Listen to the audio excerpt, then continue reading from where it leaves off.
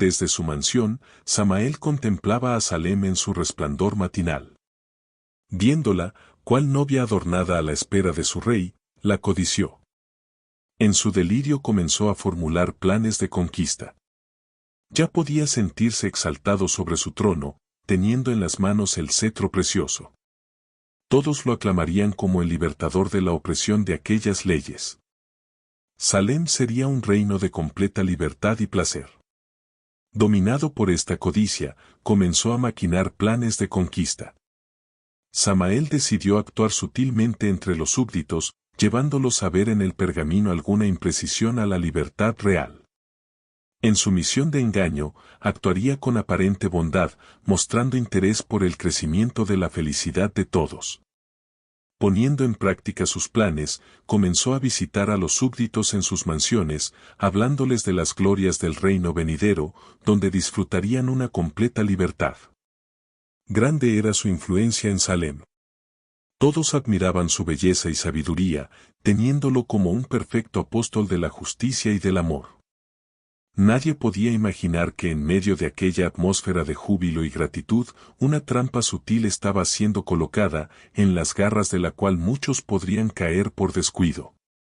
En su seductora misión, Samael no hablaba contra el pergamino, no obstante, lo elogiaba por haber ejercido, en aquellos 6 años prontos a finalizar, una misión de prueba. En su lógica, sin embargo, procuraba mostrar que, en el reino venidero, cuando todos estuvieran aprobados, estarían por encima de aquellas leyes. Sus argumentos, aparentemente correctos, le preparaban el camino para afirmar abiertamente que, en el nuevo reino, la existencia del pergamino sería una traba a la concretización de la verdadera libertad. Las semillas de la rebelión lanzadas por Samael no tardarían en germinar en el corazón de muchos en Salem. Esto acontecía a 6 meses del Yom Kippur, cuando el destino de todos sería sellado. 1/3 de los habitantes, seducido por el terrible engaño, lo exaltaba ahora, en completo desprecio a las leyes y al príncipe, a quienes juzgaban de anticuados. Adonías, que sufría al ver el surgimiento de toda esta rebeldía, convocó a los súbditos a una reunión de emergencia. En la faz de todos se podía ver las contrastantes disposiciones. Con voz compasiva, el rey comenzó a revelarles, como jamás lo había hecho antes, la gran importancia de las leyes registradas en el pergamino, mostrando que ellas eran la base de toda la prosperidad y paz. Si tales leyes fuesen excluidas, toda felicidad y gloria se extinguirían, dando lugar al caos. Después de mostrar la necesidad de las leyes, Melquisedec, movido por un fuerte deseo de salvar a aquellos a quienes tanto amaba, levantó el pergamino delante de todos y, con voz llena de bondad, les ofreció el perdón y la oportunidad de volver a iniciarse en el camino de la paz. Sus palabras a todos conmovió, logrando que hasta el mismo Samael estuviese al principio motivado. Sin embargo, el orgullo le impidió de nuevo el arrepentimiento. De esta manera, el súbdito honrado, cuando todavía podía mirar arrepentido hacia el pergamino, se endureció en su rebeldía, decidiendo continuar hasta el fin. Esta decisión, todavía, no la manifestaría prontamente, pues había idealizado un plan traicionero. Al finalizar el encuentro de oportunidad, Samael convocó a sus seguidores a una reunión secreta, que fue realizada bajo el manto de la noche, junto al riachuelo de Cedrón, que estaba fuera de los muros de Salem. Después de maldecir el pergamino y a todos aquellos que lo defendían, comenzó a hablarles de sus planes de venganza y traición. Como vosotros sabéis, los 6 años de prueba se están agotando, restando, a partir de hoy, 24 semanas para el día de la coronación. Si vosotros quisierais tenerme como rey en lugar de Melquisedec, podré robarle el cetro, apoderándome del reino. Samael comenzó a explicarles los lanzamientos de la traición, dándoles las debidas orientaciones sobre la manera de actuar a partir de aquella fecha. Necesitamos mantener una apariencia de fidelidad al pergamino y al príncipe hasta que llegue el momento de actuar. El golpe será dado en la noche que antecede al día de la coronación. A la medianoche, furtivamente nos ausentaremos de Salem. Robaré en esa noche el cetro y, juntos, huiremos hacia el profundo valle donde están las ciudades de Sodoma y Gomorra. Allí nos armaremos, y marcharemos contra Salem, subyugando a nuestros enemigos. Acabaremos entonces con el pergamino y con todos aquellos que se rehusaren rendir obediencia a nuestro gobierno. Sobrevinieron días de aparente tranquilidad y paz. Samael, fingiendo fidelidad, estaba siempre al lado del príncipe, demostrando admiración por sus nuevas composiciones que exaltaban las leyes del pergamino. Los seguidores de Samael, de la misma manera, unían las voces en alabanzas que expresaban la grandeza de los principios a los cuales repugnaban. Melquisedec, lleno de alegría por ver aproximarse el día de su coronación, ensayaba con los súbditos los cánticos de la victoria, los cuales había compuesto especialmente para aquella ocasión. Con felicidad hablaba a todos sobre sus sueños en tornar a Salem cada vez más llena de honra por su belleza y armonía. Samael, en su maldad oculta, se burlaba del príncipe. Ya preveía el dolor que le ocasionaría el golpe de la traición. En aquellos días de aparente paz, el súbdito rebelde procuró conocer el lugar en que el cetro estaría oculto hasta el día de la coronación. El príncipe, sin desconfiar, le reveló todo el secreto, la sala, el cofre con su enigma, el rico estuche y, finalmente, el tesoro. Contemplándolo el astuto Samael, se animó al ver impreso en su parte convexa el sello del dominio, comprendió que, aquel que lo poseyera, tendría en las manos el reino de Salem. Solamente algunos días, pensó él, y tendría bajo su poder aquel precioso instrumento. El sol declinó trayendo a Salem el día que significaría victoria o derrota. Poco antes del anochecer, Samael había dejado el palacio donde había pasado todo el día al lado del príncipe, ayudándole en los preparativos para la ceremonia de la coronación. Dirigiéndose hacia su mansión, saludó las tinieblas con una malvada sonrisa. Cuanto había anhelado por aquella noche. Mientras que los fieles, embelesados por la emoción de la feliz victoria, revisaban bajo la luz de candelabros los adornos de sus instrumentos, de sus vestiduras y mansiones, certificándose que serían aprobados a la mañana siguiente, Samael y sus seguidores hacían sus últimos preparativos para blandir el golpe. A la medianoche, siguiendo las instrucciones de Samael, todos sus seguidores abandonaron silenciosamente sus mansiones, dirigiéndose al profundo valle de Cedrón, donde esperarían a su nuevo rey. Samael, a su vez, se dirigió a los fondos del palacio, por donde esperaba entrar sin ser notado, yendo al encuentro del cetro. Evitando hacer cualquier ruido, traspasó el portal, dirigiéndose silenciosamente a la sala que guardaba el precioso cetro. En aquel momento, el príncipe que, insomne, rodaba en su lecho, presintiendo algún peligro, se dirigió al cuarto de su padre y lo despertó diciendo, «Padre mío, oí ruidos de pasos en el interior del palacio». Acariciando la cabeza de su hijo, Adonías, somnoliento, le respondió, «Hijo, no te preocupes. Acuéstate conmigo y duerme tranquilamente. De aquí a poco rayará el amanecer y tú tendrás en las manos el laúd dorado». El príncipe, tranquilizado por las palabras confiables de su padre, se entregó a un sueño de lindos sueños en el que vivía al lado de Samael y de todos los súbditos de Salem, los momentos festivos de la coronación. Mientras que esto sucedía, el rebelde, con las manos temblorosas, se apoderaba del cetro. En aquel momento, tuvo la idea de llevarse solamente el laúd, dejando el estuche en su debido lugar. Con una sonrisa llena de maldad, imaginó el momento en el que el rey entregaría a su hijo aquel estuche vacío.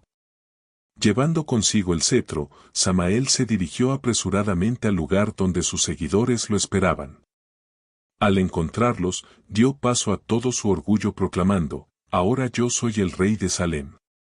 ¿Quién posee un cetro como el mío? Con él domino la tierra y el mar. Mi fuerza está en las tinieblas, pues a través de ellas lo conquisté». Festejando la victoria, la turba ruidosa se separó para distanciarse de Salem, siguiendo rumbo a las ciudades corrompidas de la planicie, donde pretendían armarse para la conquista de su reino. El sol apareció en el horizonte, trayendo la luz del día de la expiación, Yom Kippur. Despertando de su sueño de lindos sueños, el príncipe se alistó para la ceremonia del juicio y de la coronación. Vestiduras especiales de lino fino, adornadas con hilos de oro y piedras preciosas, le fueron preparadas. Después de vestirse, Melquisedec se encaminó al encuentro de sus súbditos en el extremo sur de Salem. De allí los conduciría en una marcha festiva rumbo al palacio situado al norte, sobre el monte Sión. Adonías, haciendo sonar un cuerno largo, convocó a todos para la reunión del juicio.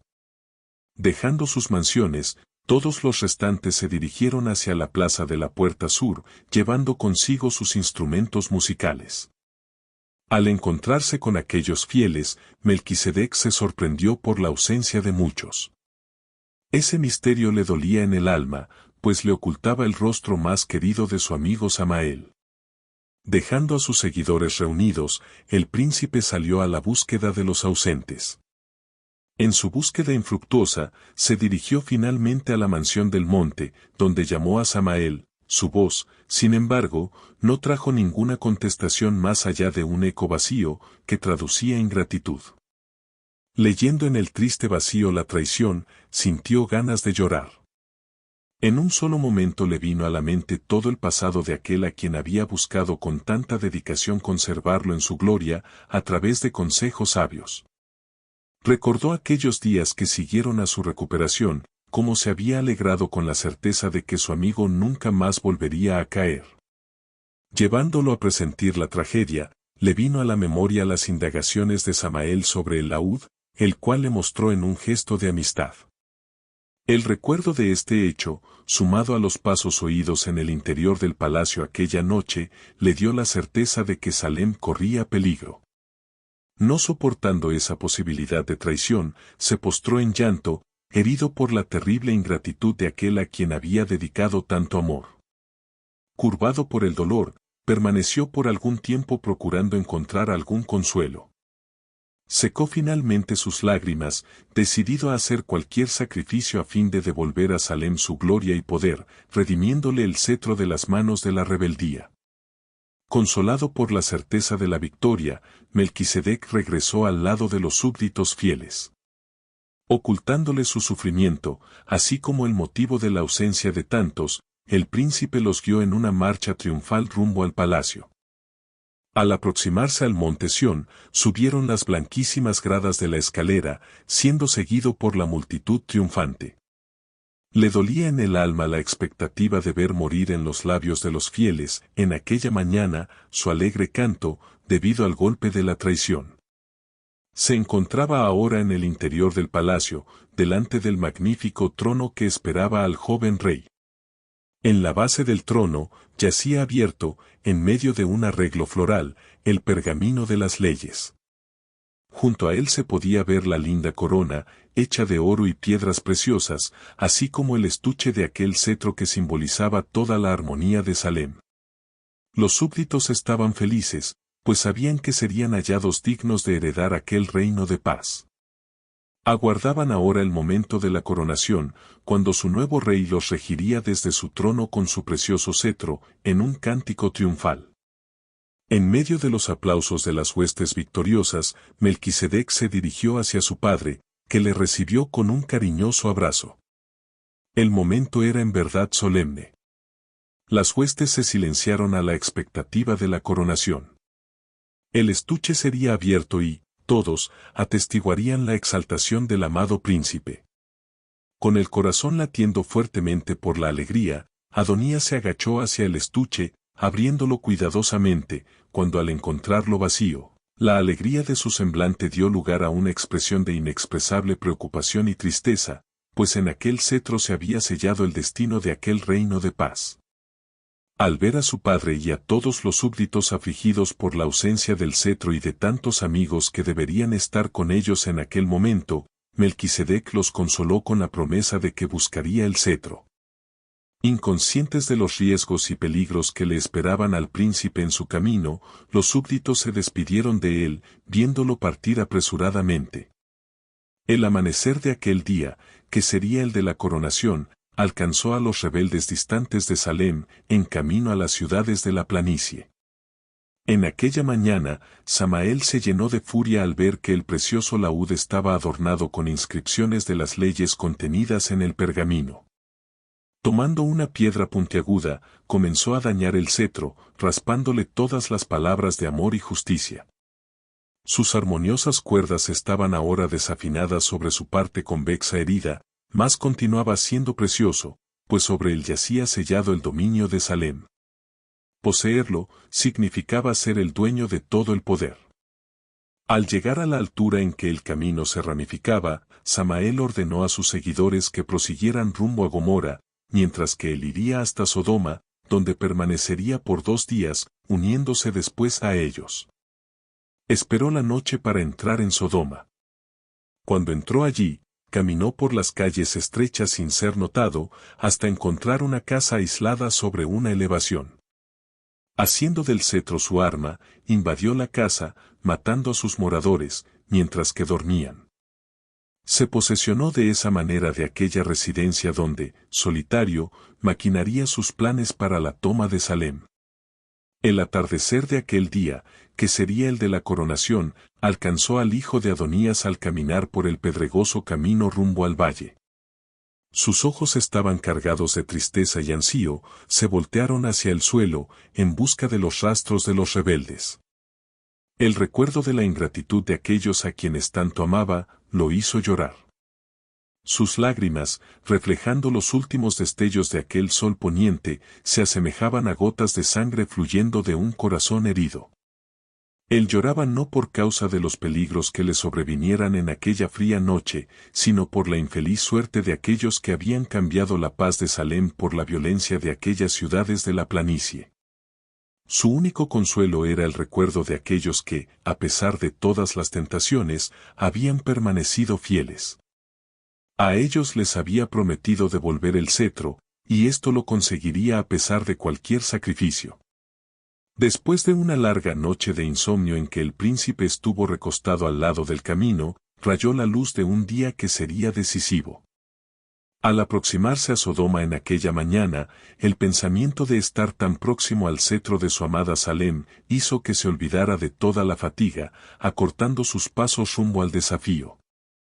Al abrirse la gran puerta de la ciudad, le sobrevino un temor, al oír ruidos espantosos de desarmonía, que traducían el orgullo, el egoísmo y la codicia que allí dominaban en todos los corazones, haciéndolos explotar en la orgía de una maldad sin fin.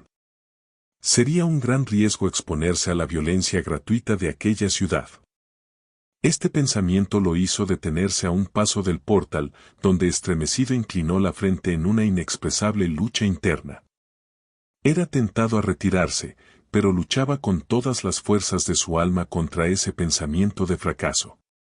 Pensando en la triste suerte de Salem, cuyo dominio estaba siendo pisoteado en el interior de aquella cruel Sodoma, Melquisedec tomó una firme decisión, como un temerario guerrero habría de avanzar, y, ciertamente aun y cuando tuviese que hacer frente a la acumulación de todos los peligros, proseguiría hasta levantar en sus manos victoriosas el cetro amado. Resuelto y esperanzado, atravesó la puerta de Sodoma, zambulléndose en aquel mundo extraño. Todo allí era lo contrario de Salem, comenzando con las piedras ásperas y sucias de sus construcciones. Sodoma era un reino de tinieblas. La presencia contrastante del príncipe pronto fue notada por muchos que, en tumulto, lo cercaban. La pureza del carácter, expresada en su magna faz y el esplendor de sus vestiduras, los llenaba de espanto y se retiraban como vencidos por una fuerza invisible. Dominados por la furia, comenzaron a perseguirlo a distancia, decididos a hacerlo huir. Le arrojaban piedras y fango intentando mancharle las vestiduras, mas no le atinaban, mientras tanto él avanzaba en su ansiosa búsqueda. Finalmente, desistieron de perseguirlo, al atardecer. El hijo de Adonías recorrió todas las calles y callejones en la búsqueda del precioso cetro, mas fue en vano. Al ver declinar en el horizonte el sol, anunciando la llegada de una oscura y fría noche más, su corazón fue presa de una gran agonía. Allí, en aquel último callejón, casi vencido por el agotamiento y por la desesperanza, inclinó la frente, desfalleciéndose en llanto. Sus labios pronunciaron en medio de sollozos las siguientes palabras: Salem, Salem, tú no puedes perecer. Tu cetro necesita ser redimido de las garras de la rebeldía. Mas ¿cuándo y dónde voy a encontrarlo? Ya no quedan fuerzas en mí, y la esperanza de redimirlo antes de la noche me abandona. El príncipe, en su suprema angustia, no percibía que otro gemido de dolor, procedente de cuerdas reventadas de un laúd humillado, se hacía oír en aquel atardecer. Súbitamente, el débil gemido penetró sus oídos, reanimándolo con la certeza de que el gran momento de la redención había llegado. Secándose las lágrimas, reunió las últimas fuerzas corriendo en dirección de una pequeña casa situada sobre un monte, de donde parecía venir el sonido. Al dirigirse a la puerta entreabierta, se detuvo al contemplar una escena contrastante, de humillante esclavitud. Samael, envuelto por un manto sucio, castigaba el cetro de Salem. Tanto el joven como el cetro se hallaban tan desfigurados, que no quedaba en ellos casi ningún rasgo de la gloria perdida. Aquel cetro, sin embargo, ciertamente arrasado como estaba, era muy valioso, pues en él yacía el sello del dominio de Salem. La contemplación de aquel que había sido su mejor amigo y de aquel cetro idealizado como símbolo de toda la armonía, en tan trágica condición, conmovió profundamente al príncipe, haciéndolo llorar en alta voz. Solamente hasta entonces el súbdito rebelde percibió su presencia indeseada. Estremecido, se levantó, y, lleno de ira, le preguntó: ¿qué es lo que te trajo a Sodoma? Indicando hacia el cetro dañado, Melquisedec exclamó: la gloria de Salem está destruida. Con una carcajada, Samael se burló de su tristeza, diciendo: ahora yo soy el rey de Salem. Vosotros, que sois fieles al pergamino, os convertiréis en mis esclavos. Sin darle importancia a las palabras de afrenta de Samael, el príncipe, movido por una angustia infinita, le dijo: Samael, Salem está herida por tu traición. ¿Por qué cambiasteis tu hogar de justicia y amor por este valle de injusticia, odio y muerte? Ahora, si no deseáis volver arrepentido a Salem, devuélvele el cetro. Fue para redimir lo que, menospreciando todos los peligros, descendía a este valle hostil. Conociendo el propósito del príncipe, el rebelde se llenó de rabia y cerrando los puños le dijo: yo te odio, Melquisedec. Habiendo dicho esto, lanzó el cetro al suelo, y pisoteándolo agregó: tengo deseos de hacer lo mismo contigo. Delante de esa afrenta, el príncipe no sentía ningún temor, sino compasión. Transportándose al feliz pasado, se acordaba de los momentos felices en que tenía siempre a su lado a Samael. Él era un joven puro y humilde de corazón. ¿Por qué había permitido ser esclavizado por la ilusión del orgullo y del egoísmo? Cuán doloroso era ver a aquel joven que, por su belleza y simpatía, había sido honrado por encima de todos los súbditos, ahora arruinado por la codicia. ¿No había sido acaso el sueño del príncipe tener junto a su trono glorificado a aquel a quien él consideraba el más preciado amigo? Esta tragedia le hería el alma. No obstante, la triste condición del cetro lo afligía aún más, pues éste había sido hecho como el símbolo de toda la armonía, y estaba siendo destruido bajo los pies de la ingratitud. Sorprendido de no ver en los ojos de Melquisedec ninguna expresión de temor, sino de piedad, Samael se sintió frustrado en sus afrentas que tenían como objetivo amedrentarlo, llevándolo a desistir de su misión. Ante la digna postura del príncipe, que en silente dolor lo contemplaba, se sintió avergonzado. Esa debilidad, sin embargo, fue desterrada por el orgullo que dominaba su corazón. Comenzó entonces a planear algo terrible, para humillar y herir al príncipe, haciéndolo sufrir todavía más. Con escarnio le dijo: el cetro de Salem podrá ser tuyo, si consigues pagarme el precio de su rescate. Con un brillo en los ojos, el príncipe le preguntó: ¿cuál es el precio? Samael, con una sonrisa maliciosa, pausadamente le contestó: el precio no es oro ni plata, sino dolor y sangre. Tú deberás desnudarte completamente de vuestras vestiduras, acostándote en el suelo. Deberás soportar, en esa condición, golpes, hasta que el sol se ponga. Si tú estuvieres dispuesto a someterte a mí, sin reaccionar, el cetro será enteramente tuyo. Estremecido ante tan cruel propuesta, el hijo de Adonías miró hacia el sol que reposaba distante sobre una nube. Comenzó entonces a trabar una intensa lucha en su corazón. Al principio, el horror del sacrificio casi lo dominó, animándolo a retirarse, pero el pensamiento de ver a Salem esclavizada por la rebeldía, lo condujo finalmente a la decisión de pagar el precio del rescate, entregándose al humillante sufrimiento. Habiendo tomado la firme decisión de rescatar el cetro, el príncipe tiró las vestiduras, colocándolas sobre una piedra. Se acostó enseguida en aquel suelo frío, con la frente vuelta hacia el poniente. Sin piedad, Samael comenzó a azotarlo, haciendo uso del propio cetro como instrumento de tortura. Gimiendo por el dolor de los golpes que lo hacían sangrar, el príncipe mantenía la mirada fija en el sol que parecía detenerse sobre la nube. Aturdido por el dolor, contempló finalmente el sol pronto a ponerse. Alentado por la victoria que se aproximaba, murmuró en voz baja: Salem, Salem, de aquí a poco tendré en mis brazos tu preciado cetro que, en mis manos, se convertirá en un instrumento de justicia y paz. Oyendo la promesa que el príncipe hizo entre gemidos, Samael le vociferó con furia: tu sufrimiento no traerá ningún amanecer para Salem, pues tus manos jamás serán capaces de tocar en el cetro. Después de hacer esa afrenta, Samael se posesionó de una piedra puntiaguda, preparándose para asestar los últimos golpes.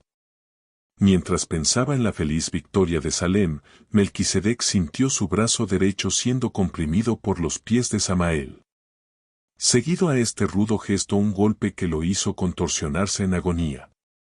Su mano había sido cavada cruelmente, comenzando a brotar abundante sangre de la herida abierta. Esa misma violencia fue descargada después sobre su mano izquierda. No soportando la agonía causada por esos desgarradores golpes, el hijo de Adonías, ensangrentado, se sumergió en las tinieblas de un profundo desmayo.